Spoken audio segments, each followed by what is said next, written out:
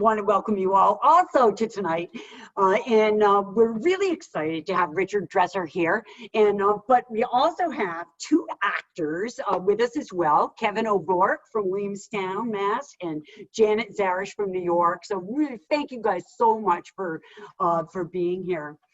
So although Richard has lived in New York and LA and this is kind of scary, Richard, I think for 45 years or so, something like that. Kind of weird. He really did grow up in Holden, right outside of Worcester. So he's a local person. We think he's local, and I guess he played baseball for the Holden Little League. So that's pretty local. You can't get more local than playing Little League baseball. So besides being my cousin and Huck's neighbor growing up, Richard is an award-winning playwright whose 17 published plays have been produced on Broadway, off-Broadway, in leading regional theaters, including Worcester's former Foothills Theater and Forum Theaters all over Europe. He teaches screenwriting in the Columbia University Graduate Film School and is president of the Writers Guild Initiative, which does writing workshops throughout the US with a mission of giving voice to populations not being heard. So It Happened Here is Richard's first novel, and having finished reading it about 3 o'clock this morning, I definitely hope that it's not his last novel, because it was really fabulous. But Richard, I do have a quick question for you before I turn it all over to you, if it's okay, because I'm just curious about what made you decide to tell this story in a novel as opposed to in a play? I mean, could it have been in a play? Could you have told the same story in a play? What is it that drove you to do the novel instead? Oh, Richard, you're muted. Again. Most people prefer me that way. Excellent. No, I don't know if any of you have felt this way, but there have been times in the past few years when I've been a little bit upset about some of the things happening in the United States of America. And so I decided to write about it rather than be that guy who walks around the neighborhood talking to himself. And so the first thing I wrote was this rant. And it was a bit of a crazed rant. It was, the premise was that every time the president lied, his breasts grew an inch. And so I sent this around to various people, including Kevin, and I was inspired to write more of these rants, and they suggested I should put this together as a book. That made it in. Well, it did make it in, yes. And there are a bunch of those, but I'm really not that interested in political satire. I think where we are now is so far past political satire. So, but I did want to do something with them, and I tried to figure out who was writing these rants. Where did these rants come from? And it turned out, to my surprise, they were written by a history professor at a Midwestern university. And his family grew around him, wife and 3 kids, and he had a brother.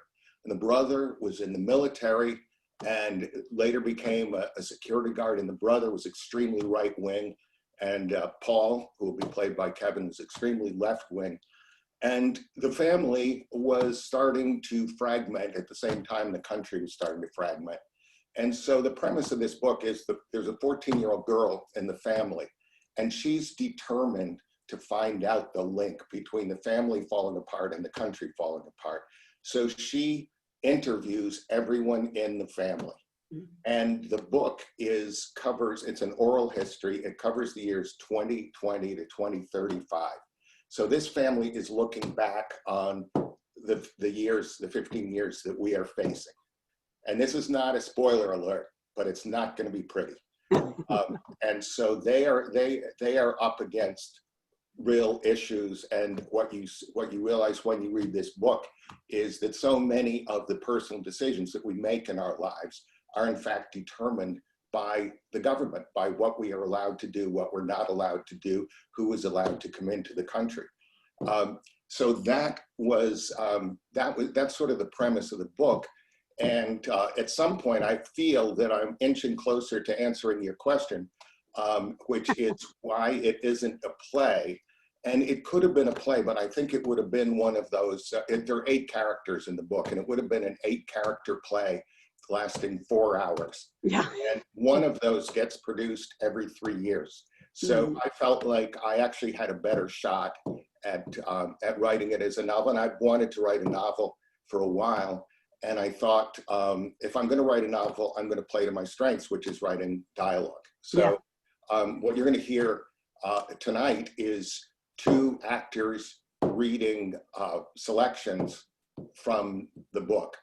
And these are 2 of my favorite actors, and who happen to be 2 of my best friends, Kevin O'Rourke, who has been in many of my plays, starting at the Long Wharf Theater in a play called Downside. We were children then. It was children's theater. No, it wasn't it, but Kevin was in that play, and Janet I've known forever and is one of my favorite actors also. So they are going to read the parts of Paul and Ruth. Paul and Ruth, living in this unnamed Midwestern university town. He's a history professor at the university. She's a therapist, and they have 3 children. When the story begins, 2 of them are in college, 1 is in high school, and they have a pretty good life. Although things are, the wind is blowing harder. It's 2019, and things are starting to happen. Paul is feeling less secure at the university.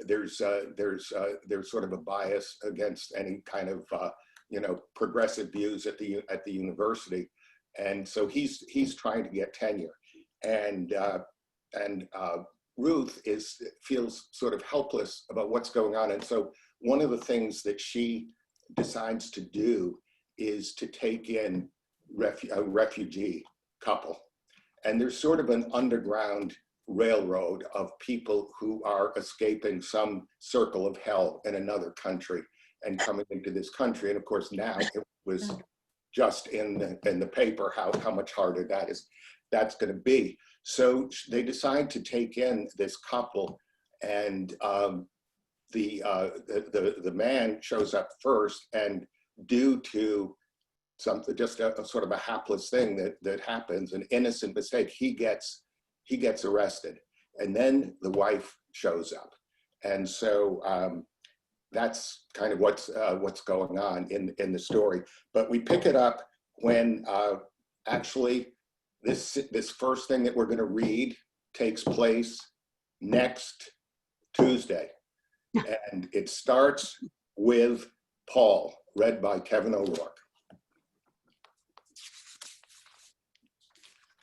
But wait, I just want to say one other thing. If you put it on speaker view, you will just see the actors as much as you might want to see anybody else. And I think everybody is muted.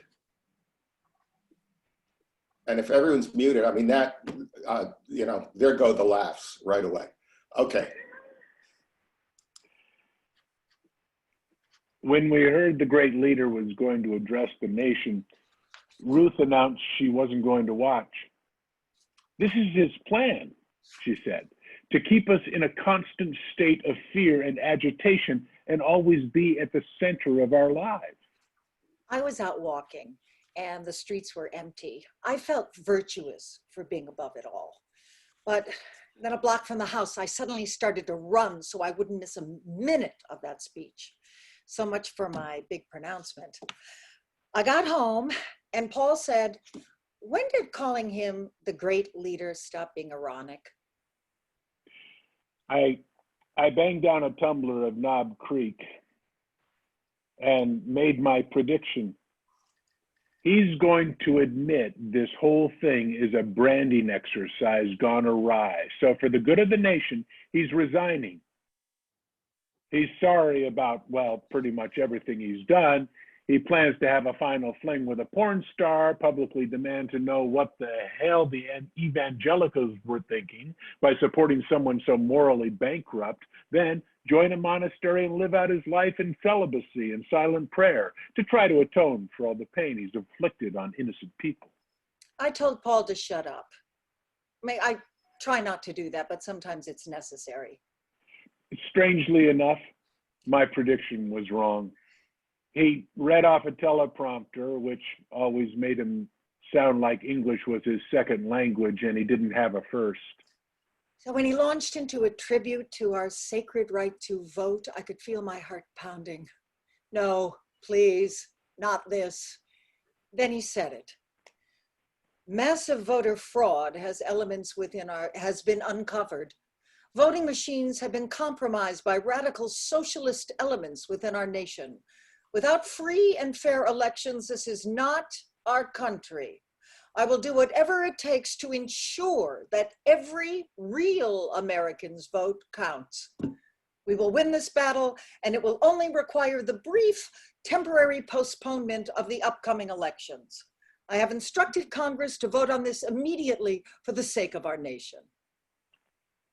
And he talked about how he had incontrovertible evidence. The demonstration in Washington was organized and financed by the Russians, except he didn't say incontrovertible evidence. He said big, beautiful evidence from top-notch people. Only his strong actions had saved us from armed revolution. All this was regarded, like everything else, as an issue with two valid points of view. Polling indicated that half the country was fed up by violent protests and the hacking of votes, and the election should be postponed to preserve our democracy. In the days after the announcement, everything was different, but it all looked the same. People heading off to work, kids playing ball, frat parties spilling into the street. But you could feel it in the air. Something had shifted. My anger turned to sadness. What a charmed life we'd had in the good old USA. And now we're sleepwalking through the ashes. Right. So this is where it starts to turn. It was a bit unsettling a month ago when there was a tweet about postponing the election. There were some friends of mine who had read the book who blamed me. That didn't seem fair. But that's what happened. So what we're doing here, we're going to have 5 short sections that are about this marriage, and it's going to track through. It's not going to take you all through all the twists and turns. The next one is the election is postponed. It takes the president can't do it unilaterally. It needs Congress, and he has Congress. So it's postponed, and it's forever 1 month away. And so what people do is live with hope that it's going to get better. And people feel increasingly helpless.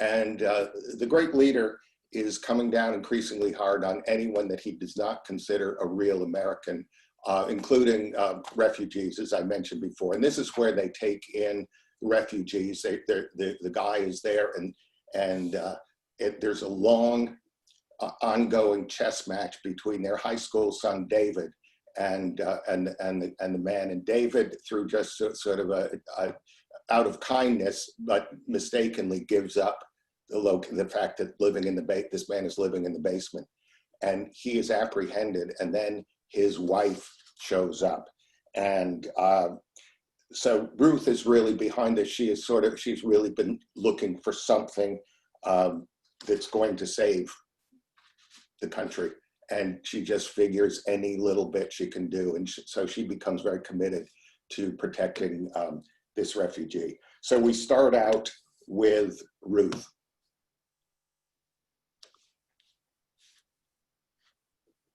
One night I woke up to singing. I couldn't figure out where it was coming from, so I got up and wandered through the house. It was a lullaby that kept pulling me closer and closer. I went downstairs and realized it wasn't coming from the basement. I was halfway down the steps, and there was Angelica holding baby Gabriel as she sang. She saw me and stopped, but I smiled and motioned for her to continue. She was singing so softly that how could I have heard it up on the second floor with all the doors closed? Like everything else that mattered, it was beyond understanding. Gabriel finally fell asleep and she put him in his cradle. We sat on the sofa together, not saying a word. And I noticed the little things she'd done to make our basement the warmest, most inviting place in the house. I never could have found her strength, enduring the loss of her husband, building a home with her baby in a stranger's basement in a police state where going outside could get her arrested. All I could do was hug her and hold her. And then we kissed. I think I knew Ruth was falling in love with Angelica before she did. Raising the baby with Angelica mattered more than anything else. One little life brought into all this cruelty and madness, and we would protect him and help him grow. Paul and I had this long, beautiful, intimate, hilarious conversation that had gone on for years. It started the night we met at a dinner party that was devolving into charades, which caused Paul to sneak out the back, and I followed. We were as giddy as if we were cutting schools, sitting in his car talking until a honking horn hours later meant we had to move so others could leave the party. Now, after years and years of love and marriage and children, we drifted into silence. I had more to say, but I couldn't say it to Paul. Where were the experts to analyze the data in the black box of my marriage to determine why it crashed? Maybe it came down to pilot error preceded by years of neglect. There's nothing more hopeful than a new baby, and the happiness after Gabriel was born slammed into the sorrow of the life I'd known coming to an end. Walking down the steps at 117 Poplar was an emotional kill shot. One day I'm living in a cozy house with people I love, and the next I'm unpacking my suitcase in a downtown rooming house and opening a refrigerator where people label their food. It was clearly time to economize, so I downscaled from Knob Creek to Heaven Hill and read the failing New York Times at the library. At first I kept to myself, but my fellow exiles were a generally friendly bunch, finding divine hilarity in their free fall into the abyss and nurturing unlikely dreams of a return to normalcy with prodigious drinking in the living room, with the boiler clanking in the basement. After a few cocktails, it felt almost like family, except we didn't know each other well enough to cause real pain. Like drunks since the beginning of time, we'd try to top each other with our epic tales of misery.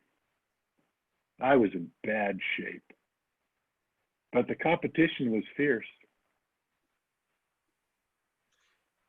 Great. Okay, the next section, Paul's brother, Garrett, right-wing guy, and he was in the military. He's a security guard, and Paul is this very, very popular professor. He's a real performer. He has this huge lecture about 60s and political activism. And he goes to great lengths to explain to people how unimportant it is to him that he's the most popular professor on Rate My Professor. He'll pull people aside and tell them it just doesn't matter to him. So, but things are, the wind is shifting at the university. And what happens is he basically, while he's living at the rooming house, this is when he starts these rants. And that end up, there's a woman in the rooming house that films them and sends them to her brother in Maine, who posts them on YouTube, and he becomes kind of a YouTube star, but he's still at the university. And one of his lectures, his last lecture, is interrupted when his own brother comes bounding up on stage and arrests him for inciting to riot. So, Paul's teaching career ends when he goes to jail. So that's the next section.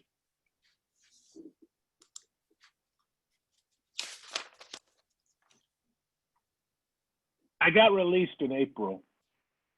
I made the most of my time in jail, and having beaten the evil scourge of alcohol, I was more than ready to celebrate with a drink or two.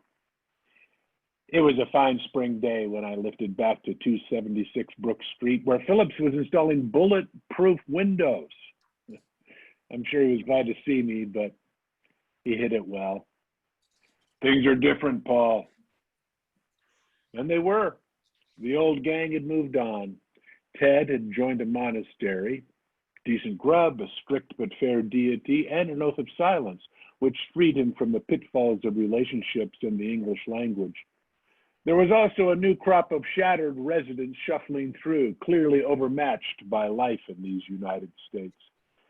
Julia suddenly appeared. I asked about her brother Jack and whether we could crank up the old online rants, but she said he'd recently been named one of the top 5 clowns in Belfast, Maine, and was going all in on his clown career, which left no time for beekeeping or YouTube. The Great Leaders travel ban meant talented international students could no longer get into the country.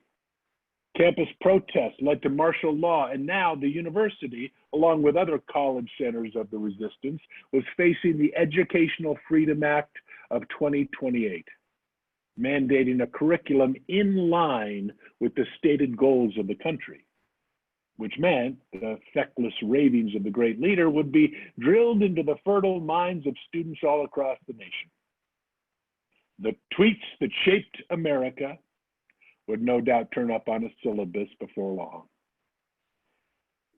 My salad days of rooming house rants were over. 276 Brook Street had become a target because it was once a hotbed of the resistance, which is why local Red Hats would drive by howling racist slogans and shooting at the building in support of America and all it now stood for. I met Paul for lunch, feeling guilty I'd never visited him in jail. But we couldn't talk about anything remotely personal until after he held forth on his latest theory. He was convinced that time was actually speeding up. So many changes were coming at us. Technological breakthroughs, cataclysmic events, and the cosmic vibrations of the planet, that our perception of time was being transformed. We're leading a dog's life, moving more and more quickly from infancy to adulthood, to old age, to death. And while we fully experience each stage, it slips by faster and faster in an increasingly mad rush. In the 1920s, life expectancy was shorter, but the experience of life was longer. Now, he thought with this acceleration, we were hurtling toward the end of the species, or at least its transformation into some kind of digitally enhanced creature that was no longer quite us. One of his favorite themes, which for some reason always made me laugh. So I told her we'd kick the crap out of the Cro-Magnons and the Neanderthals and all the other competition, tamed the land, and built a world to satisfy our every craving, which meant with our superior strength and intelligence and nothing in our way, what doomed us was our own selfishness. Nothing could stop our ravenous appetites, not religion or government or war or yoga or violence or love or paleo or porn or 12 steps or smoothies or cross-training or cross-dressing or cannabis or simple goodwill. We had to have it all, and hence would have nothing. Our lives would spin ever more quickly, warping time, and the story of humanity, abridged, which started when our brains got big, would end with the last human a bald, toothless, grizzled 3-year-old of indeterminate sex, moaning and whimpering as it gummed its way through a soggy Big Mac next to the silent, empty 405 freeway, rolling back on its back, choking on its own vomit and expiring. Fade to existential black, a fitting coda to a species that probably should have sought professional help somewhere along the way. I said, Paul, the problem with lunatics is they say just enough that makes sense so you buy the whole deal, which is a huge mistake. He liked that. And then we were able to talk like any other separated but still in love couple with troubled kids in a same-sex relationship who wish they could change things but don't have a clue. So throughout this period of time, they're separated. They find reasons to get together. And one of the things they have to deal with is the fact that their 3 kids are having a horrific time making their way, getting their footing in with what has become of the country. And their eldest daughter, Kate, becomes addicted to drugs. She goes into a government-run rehab facility, which turns out to be sort of a re-education camp, and there are more of them springing up around the country. And so she escapes to Canada with her boyfriend, and she decides to get married.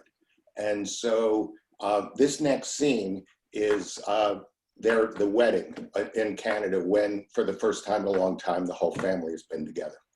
So, and it starts with Paul. At the reception, they were all doing this weirdly precise line dance. Young, old, drunks, sober, stoned, demented. They're smiling and happy. And where the hell did they learn it? Did they all sign up for a class and forget to tell me?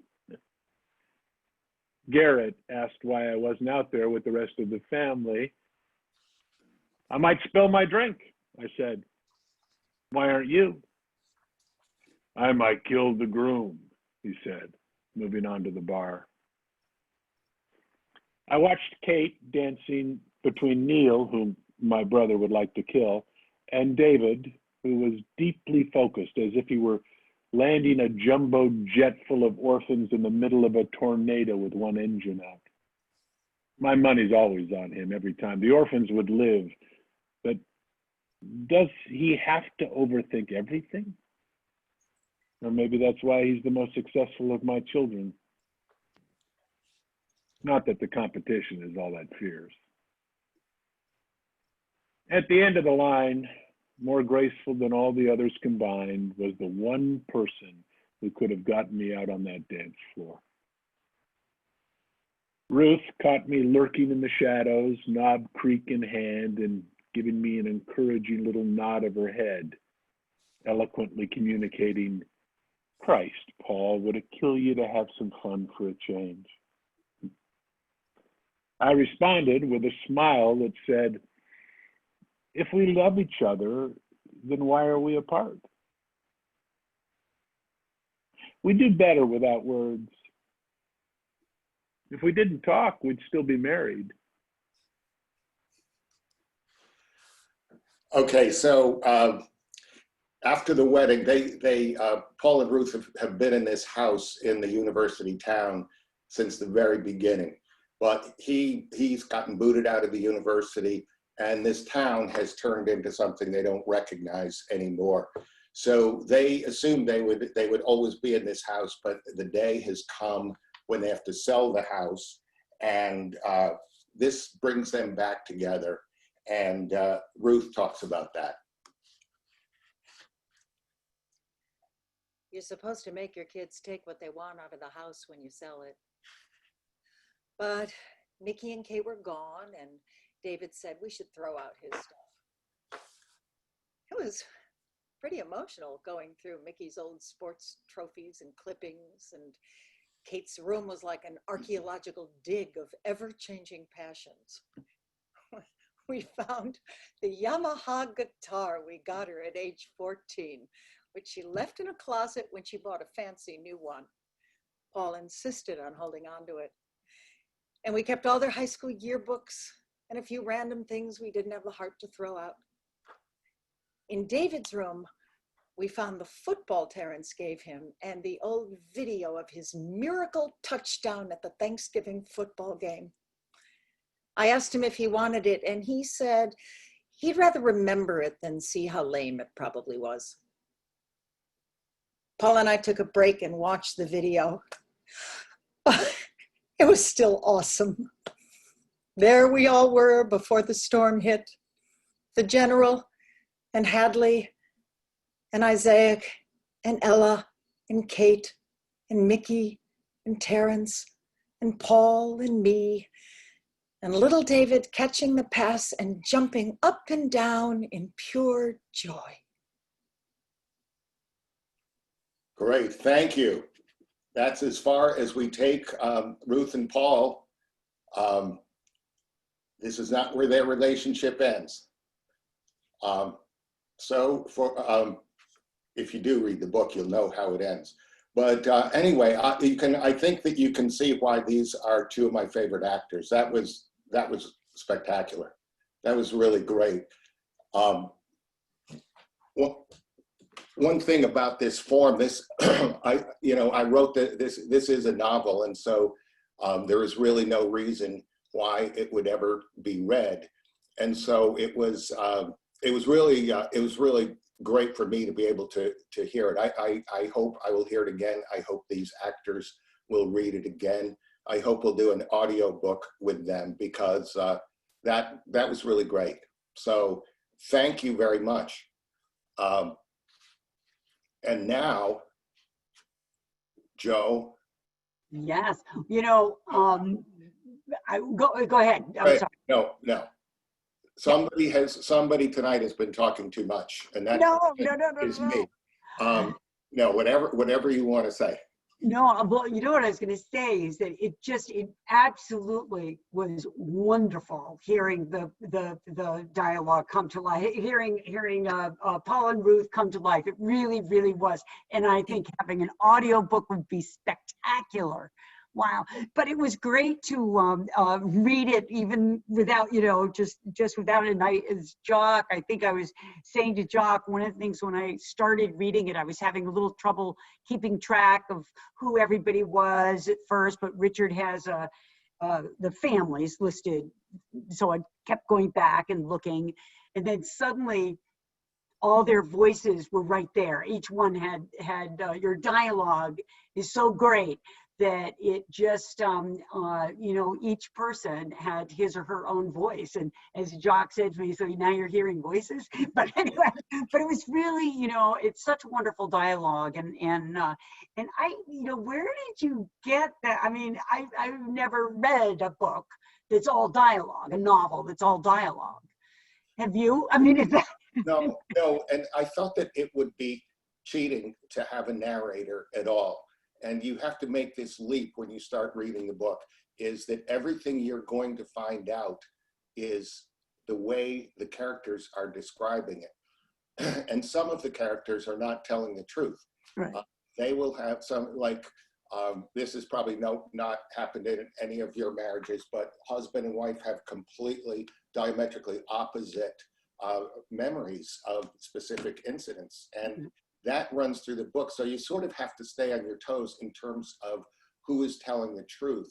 But I didn't want to have a narrator. I didn't want to have it's sort of, this is the established fact. I wanted it to be the product of people's memories. And one of the things I wanted to do with this book is that, we're obviously living in this incredibly consequential historical moment. And when the history of this time is written, it will be the major figures, but history is lived by us. And I just thought what interested me was how we are all making our way through, finding our way through, and it's obviously immensely challenging and infuriating every single day. But that actually intrigues me more than sort of what the people are doing at the top. It really does. And that's sort of the the premise of the book, and it's why I wanted to have the person who put the book together to be a 14-year-old girl who is very open, very smart, very politically astute, and really wanted to figure it out. And it's sort of, in a way, it's a mystery story. It's what happened to the family. And of course, there's never one answer.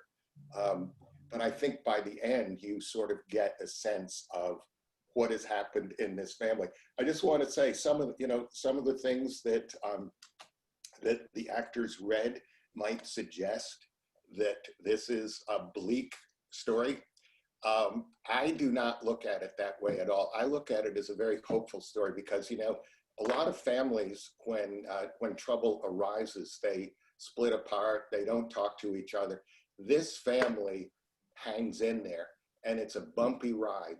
But the two brothers, who are really, they're at loggerheads for much of the time. But whenever there is a crisis, like putting the father into an assisted living facility, the two brothers just come together and do it. And to me, that's really heartening, and that's why the hope in the book is really those moments of people connecting and people fighting to stay in each other's lives. And Paul and Ruth, their separation is a disaster. It doesn't work for them to be separated. So they have to find a way back to each other. And I'm not going to give away what happens, but it is, I look at it as a very hopeful book, but I don't think I could have written it of this period of time without really acknowledging the hell that we're living in, and how the impact that has on everything we do in our lives, however small. So Richard, yes. It's interesting because I agree, it's a very hopeful book, and I'm not sure if everybody has seen the cover. And I'm just curious. Oh, does it look anything like this? Yeah, or like those.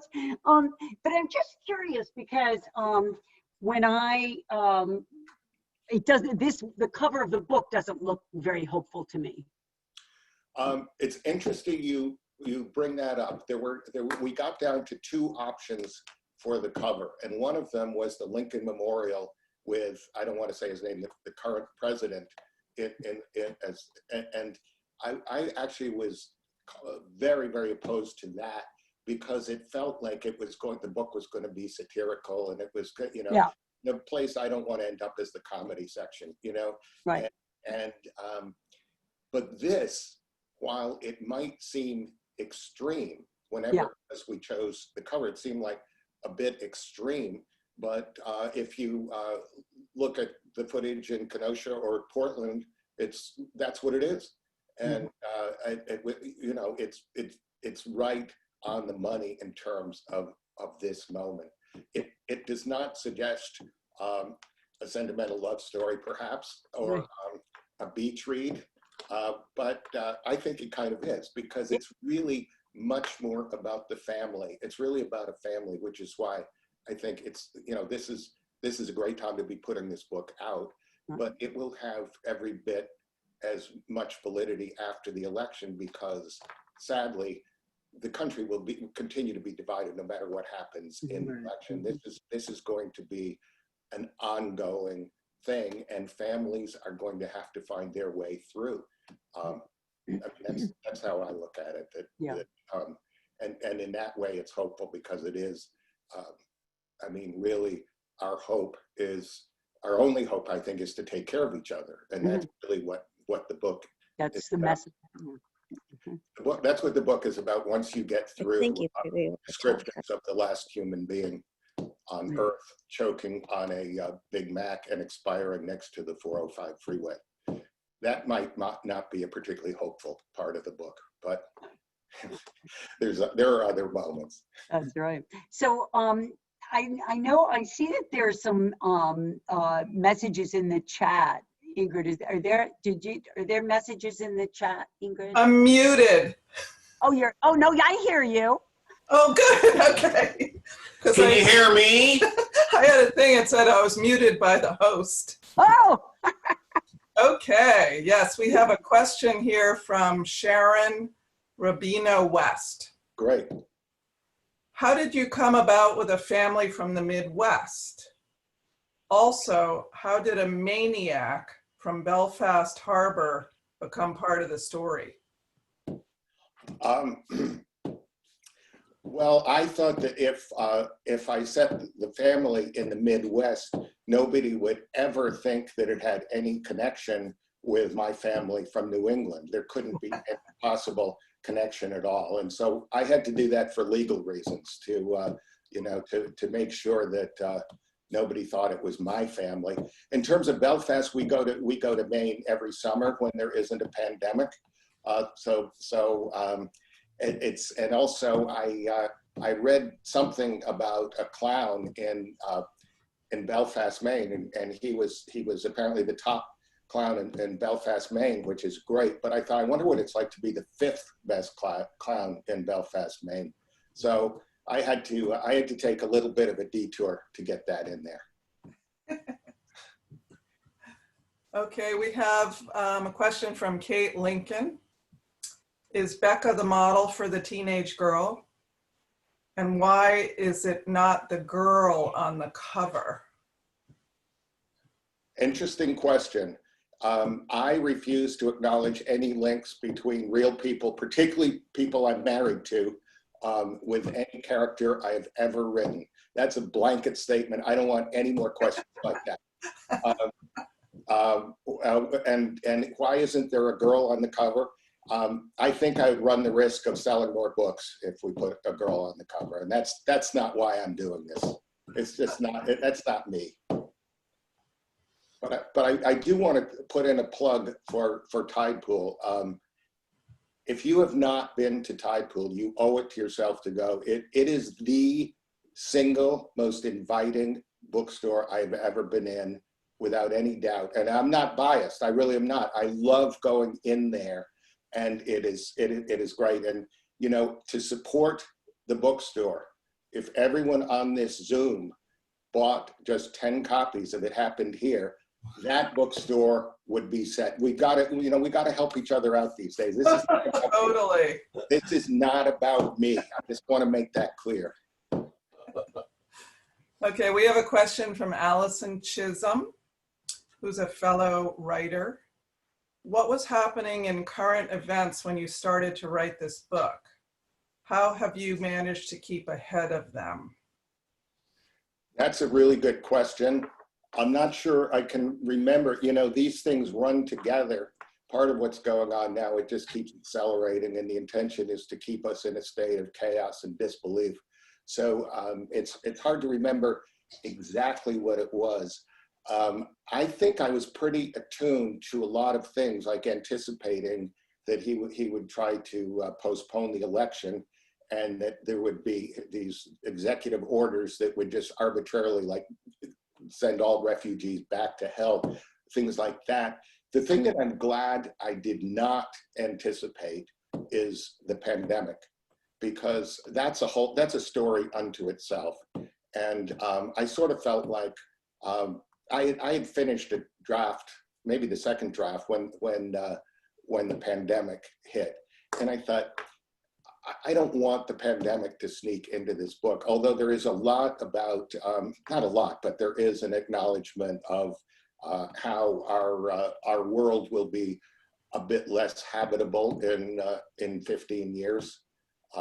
There are things that you don't want to think about, like large mosquitoes and things like that, that are going to factor into our lives. But yeah, I wish I could remember exactly what it was, but it was one of those weeks where there was one wave of outrage after another, and that's where the rants came from. Is the book for sale now? Asks James Gleason. The book is for sale, and I urge you to buy it at TidePool. And that's a lovely display of the book behind Joe and Huck. Absolutely, there we are. That's a great. Without a pandemic, I would personally deliver it to each and every one of you. But but do get it from TidePool. One of the things that you get is that they ship off the books themselves. So it's one of the ways that I continue to read the Worcester Telegram. Yay. The book often comes wrapped in the local paper. Just one more bonus from shopping at TidePool. Thank you. There's a couple more. There's one more question from Sandy Uri.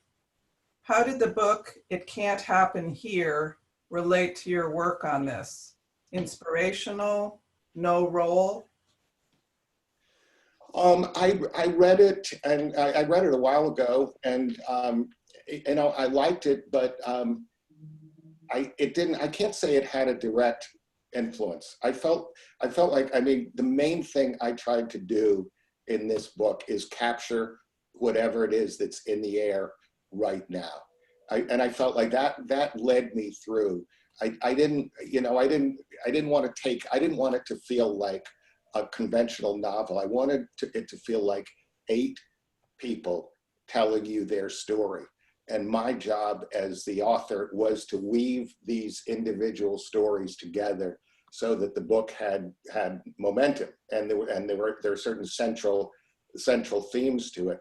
But it's not written as a conventional novel. It's written, I mean, you know, the voices do come together, and that was the trickiest thing. Actually, probably the most tricky thing for me was establishing clarity at the beginning of the novel. And I had several trusted friends, writers, including Jay Tarsis and Russ Woody and Kevin O'Rourke. Various people read the book, and the reaction was fairly consistent. That the beginning of the book, it was sort of it was a little bit hard to track. It was like all of a sudden you were dropped into this thing. So the main thing I did in the rewrite was really simplify the beginning, and also make the 14-year-old girl Louise, who's put it all together, to make her a more clear force throughout the book. That was the biggest change. And there were stories that felt unfinished. There was a huge conflict between Garrett, who's Paul's brother, the Law and Order guy, and Paul's son Mickey, because of something terrible that Mickey has done. And that story hadn't really played out in the first draft. But I am lucky to have really smart people who read the book and frankly, I felt it was a bit harsh, some of the things that they said. I mean, I thought they went a little too far. I think there's a respectful way to give notes, and I think there's a way that's really just trying to knock somebody down. I don't feel good about that, and I don't know if they do either. But, you know, we came out of it okay. We've patched things up, and the book is done. So I guess this is the first time I'm saying thank you to those people, because it was just hard to say those words after the things they said to me. But no, my friends have really helped bring this thing home. So did you say there was another question? Yeah, there's actually a couple. Okay. Here's one from Susan Ruth. You mentioned that the characters are lying to each other, but do they have an understanding that their words are lies? I talk with some folks that repeat the echoes of he who shall not be named, and they think that's the truth. Yes. Well, that's getting into a whole personality cult, which is a little bit different than what I'm actually, when I'm talking about lies, I'm talking about the lies that all of you tell, which is, they're not necessarily, and I can say that because I know you all really well, and you're liars, but we're all liars. It's having very clear memories of a memory of something that contradicts somebody else's memory of somebody who was there. Like there's a terrible, ghastly dinner party when the two families try to get together and work things out, and people's memory of what was said at that party is wildly different. And it's not like they're deliberately lying. they would say that they are telling the truth. In terms of the people who repeat the ravings of the great leader, I think that's a whole other psychological dimension, which needs, you know, I mean, why did people follow Charles Manson? I mean, you have to sort of dig deeper into a damaged psyche to find the answer to that. And I hope I haven't hurt anyone's feelings. That's not why I'm here. You have to read the second to the last one. Yep. Okay. Here's a good one from Hillary Rosenfeld. Is there any consolation in the thought that actors will not change your words the way they do in a play?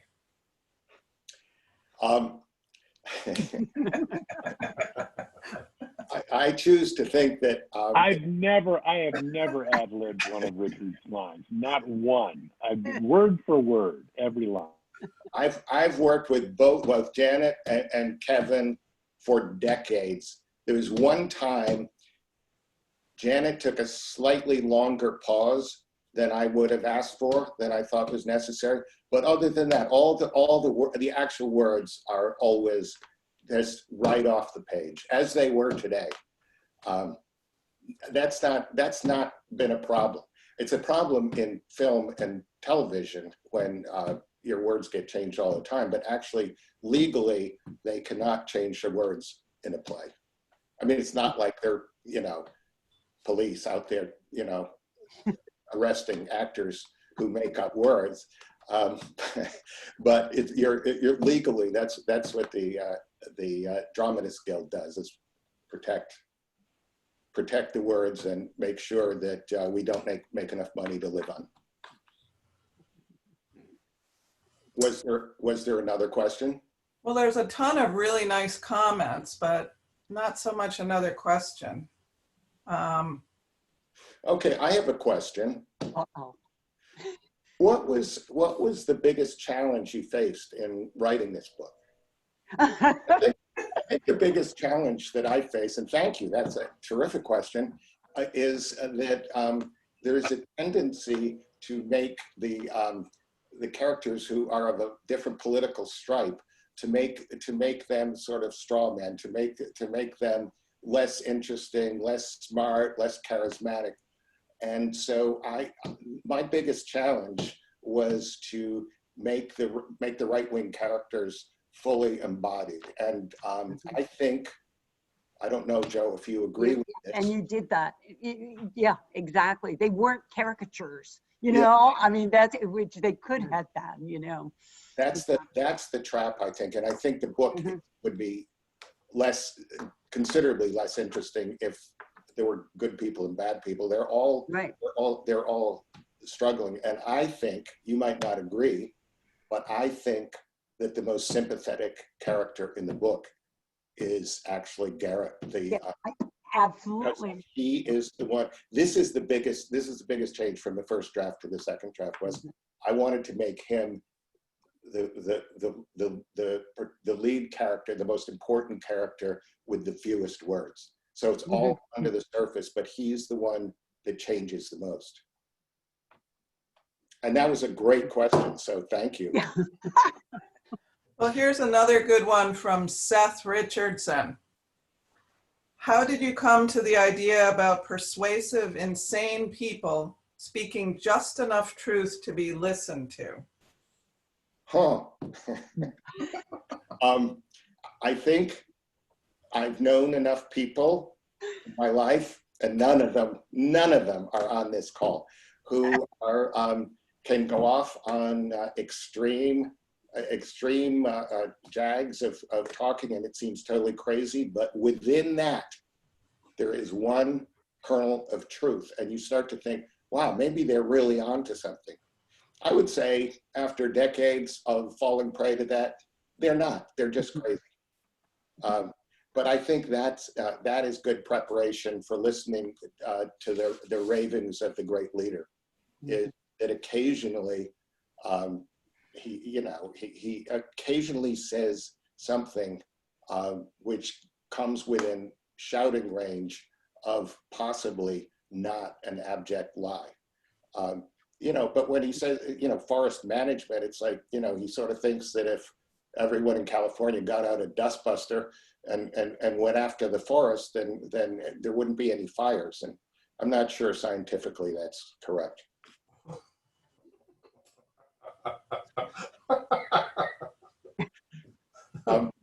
Ingrid, did you have another question, or should we just have an avalanche of praise? That's yeah, I think, well, one thing, I think we should print out these comments for Richard. There's a lot of good stuff here. Yeah. And the bookshop too. Yeah, and about the bookshop. Oh, Yes. It's not really necessary because it's not really about Rick. So you don't have to do anything with the comments, right, Rick? No. Oh wait, another question came in from Russ Woody. I'm nervous. Do you have many right-wing friends that you still hear from or talk to? And how much did it affect your work? Interesting probing question. I don't think, I would not say I have any close right-wing friends, or if I do, they've hidden it well. There are people who lean in that direction in my life. That's a very good question, because I guess that probably made it harder to write those characters. I sort of had to imbue them with human qualities that I haven't actually observed.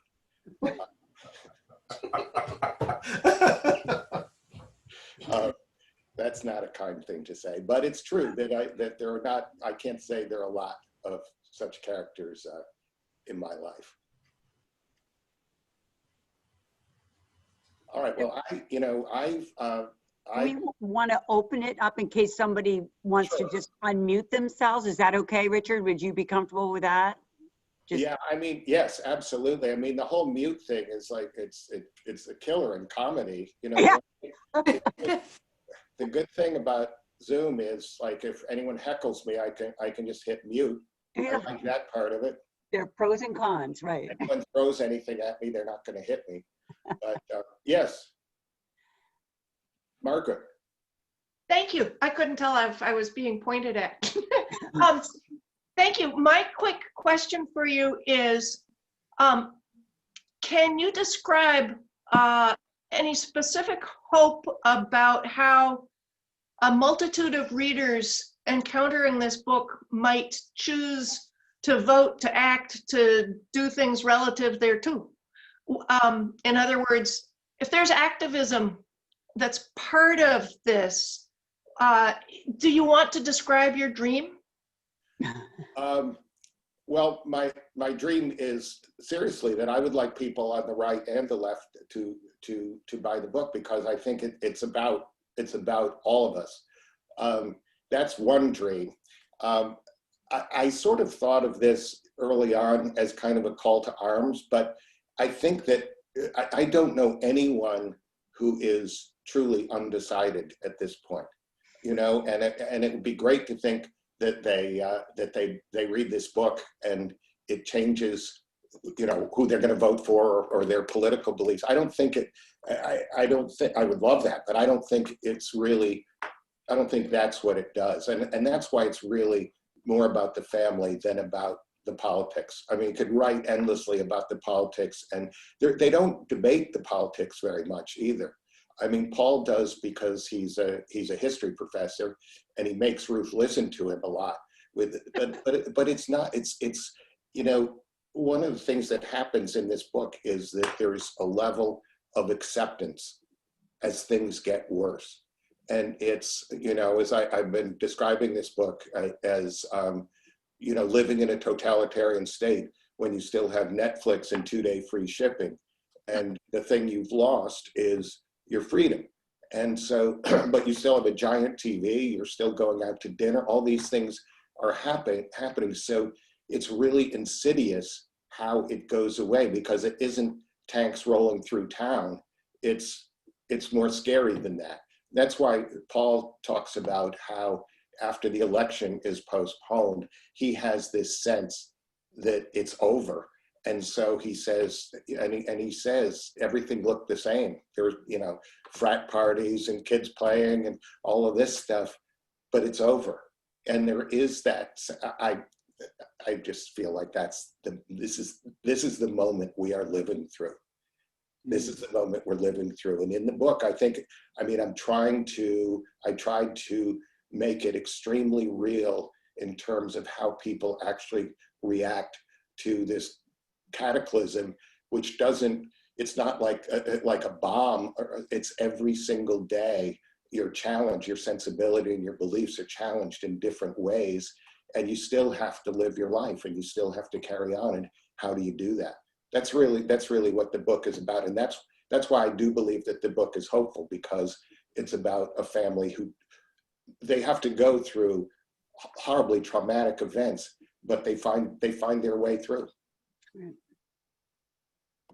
Thank you. Absolutely. Richard, hi, it's Kate. I just wanted to ask if you remember back in 2012, when they started, there was this whole thing about how the Mayan calendar ended in 2012. And I'm just wondering if you also think that perhaps the world really ended then and we just haven't caught up with it yet. I look forward to reading your next book.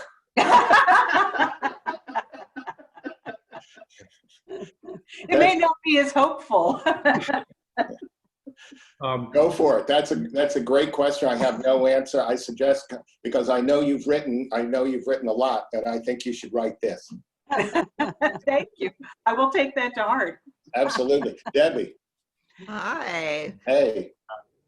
I am at once just overwhelmed with how you can transform the situation we've been through into something so creative and put all your energy into this that you're sharing with the world. When, as I said in my comment, most of us are just going day to day in our sweatpants. We're just trying to survive. But I'm also wondering, what if the election is a landslide for the Democrats? Are you going to feel different? Because it sounds to me as if you really feel we are headed in a certain direction. I feel we're headed in that direction, and I think, I'm not going to say the outcome of the election is incidental, it isn't, but even if the Democrats win, the other side is such a force, and it's this huge growing force. I mean, it's very sobering to think that our president is a cult figure in Germany on the hard right.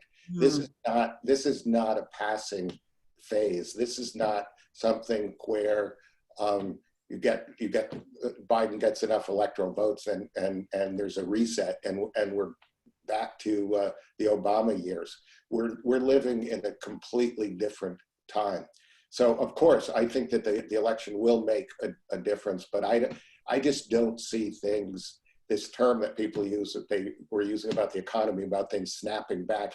I don't believe that's the way the world works. I really don't. And I think we're all in a different place, and our beliefs and our sensibilities have been so chipped away over the last 4 years. And there's this, this kind of, I guess it parades as pragmatism, that's really cold and really cruel. And that's such a force in this country now. So I think we have enormous challenges ahead. You would not know it, I am a tremendously optimistic person, as you know. You are. All right, and one more quick, so how do you feel having put this out in the world? Do you feel any relief? Do you feel any better? are you exhausted?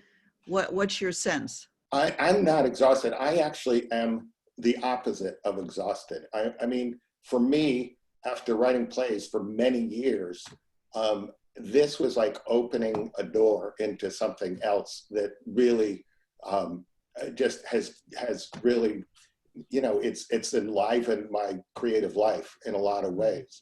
And so I'm sort of charging forward, doing more of this.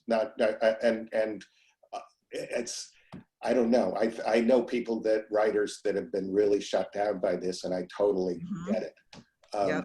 But it's just had the opposite effect on me for whatever reason. I feel like we all have whatever time we have, and we gotta just really make the most of it. We gotta go charging ahead. Well, we are the better for it. Thank you for your time and energy. Thank you so much. Absolutely. Frank. Yeah, Richard, you opened with your rant, say anger. A lot of the book is portraying despair. How did you find it easy or hard to write in those types of voices and attitudes? And what came more naturally to you? Well, this is not going to make me look very good, but what came the fastest, without any doubt, is the rants. The rants came like every time the president lies, his breasts grow an inch. That, to me, that was like when I started writing that, it was like, try not to write 150 pages. Try to put it in one page. That to me was the most kind of pure, possessed, rage-fueled part of the book. The stuff with the characters, there's obviously much more subtlety to it, and I think much more craft is involved in having these stories. It's like a mosaic, putting these stories together so they add up to something. That was the hard thing. But I have to say, that's really. I mean, it's a great challenge, and it's incredibly satisfying when you feel that it starts to happen, that one story starts to turn into another story, and there's momentum. Keeping the momentum going with this was a big challenge, because you don't want to feel like you're just following one person. I think Paul probably has the most lines in the book, but they're all of the stories are important to tell, to tell the whole story.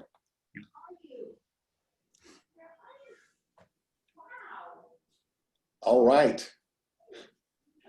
If anyone else has any question, I'm happy to evade it or embrace it.